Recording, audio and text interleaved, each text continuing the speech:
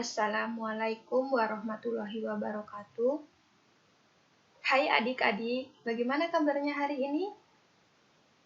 Alhamdulillah sehat-sehat semua ya.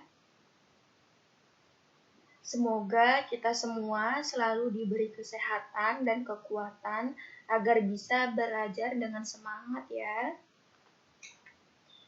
Puji syukur kehadirat Allah Subhanahu wa Ta'ala, karena hari ini kita masih diberikan banyak sekali kenikmatan, khususnya nikmat iman, Islam, dan nikmat sehat, sehingga kita dapat bertemu di pelajaran pendidikan agama Islam pada pagi hari ini.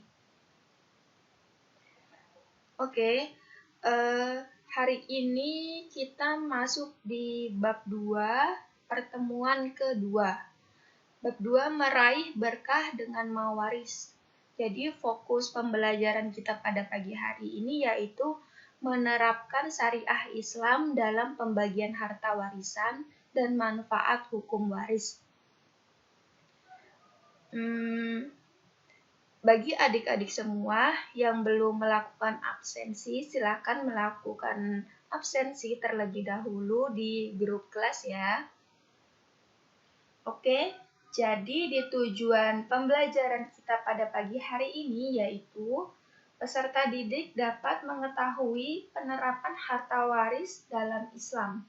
Dan yang kedua, peserta didik dapat mendeskripsikan manfaat hukum waris dalam Islam.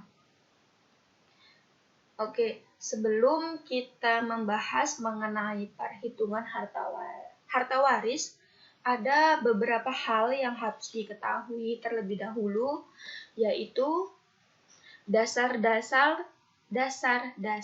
dalam pembagian harta warisan yang perlu kalian ketahui. Itu ada 4 dasar, yaitu 1. Dasar-dasar yang pertama adalah asal masalah. Asal masalah yang dimaksud adalah bilangan KPK dari semua bilangan penyebut masing-masing ahli waris. Jadi, bilangan KPK adalah kelipatan persekutuan terkecil. Nah, itu adalah dasar-dasar yang pertama. Yang kedua adalah ru'us, adalah bilangan kepala, yaitu bilangan yang paling besar. Seorang yang meninggal itu meninggalkan harta. Apa sih maksudnya itu? Yang ketiga, siham adalah nilai yang dihasilkan dari perkalian antara asal masalah dengan bagian harta waris. Jadi siham ini adalah nanti bersifat suatu nilai mutlak yang tidak bisa diganti-ganti. Dan yang terakhir yaitu majmu siham, yaitu jumlah keseluruhan siham.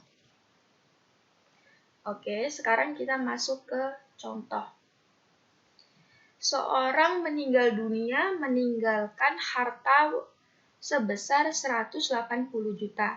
Ahli waris terdiri dari istri, ibu, dan 2 anak laki-laki. Bagaimana pembagiannya? Maka hasilnya adalah bagian istri ini 1/6, ibu 1/8, dan 2 anak laki-laki. Ini merupakan asobah.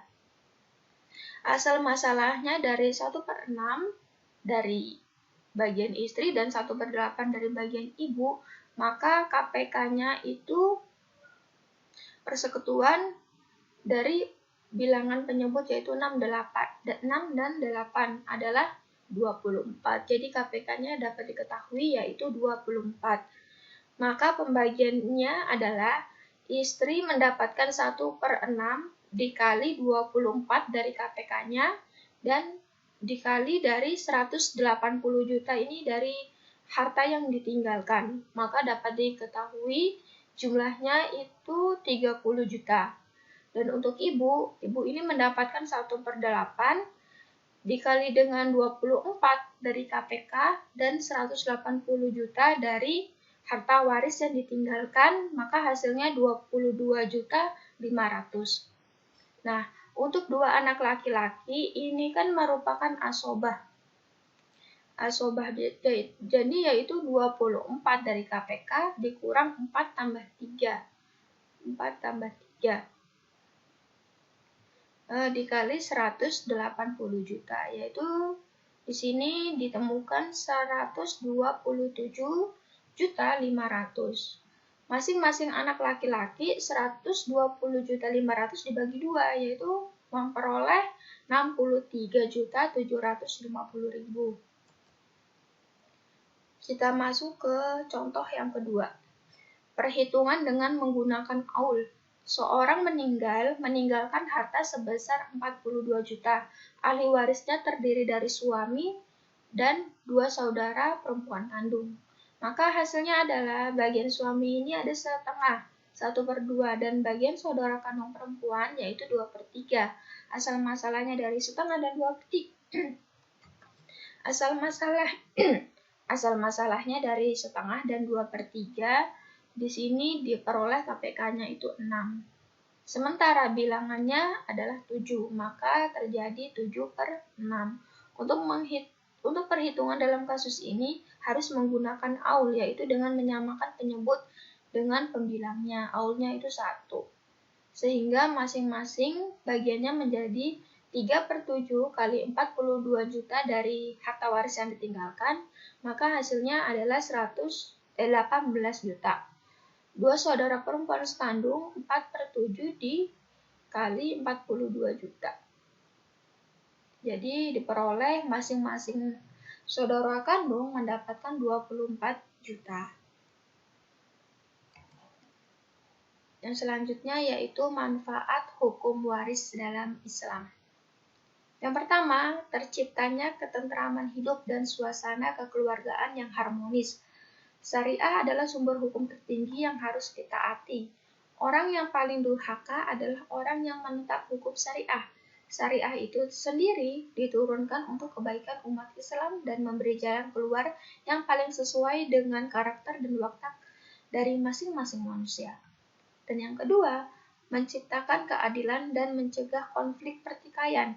Keadilan yang telah ditetapkan mencegah munculnya berbagai konflik dalam keluarga yang dapat berujung pada tragedi pertumpahan darah. Meski dalam praktiknya selalu ada aja yang muncul pertentangan atau dapat memutus tali bersilaturahmi yang bersumber dari akal pikiran. Oke, mungkin itu aja yang dapat Ibu sampaikan. Kurang lebihnya mohon maaf. Wabillahi taufiq wa hidayah. Wassalamualaikum warahmatullahi wabarakatuh.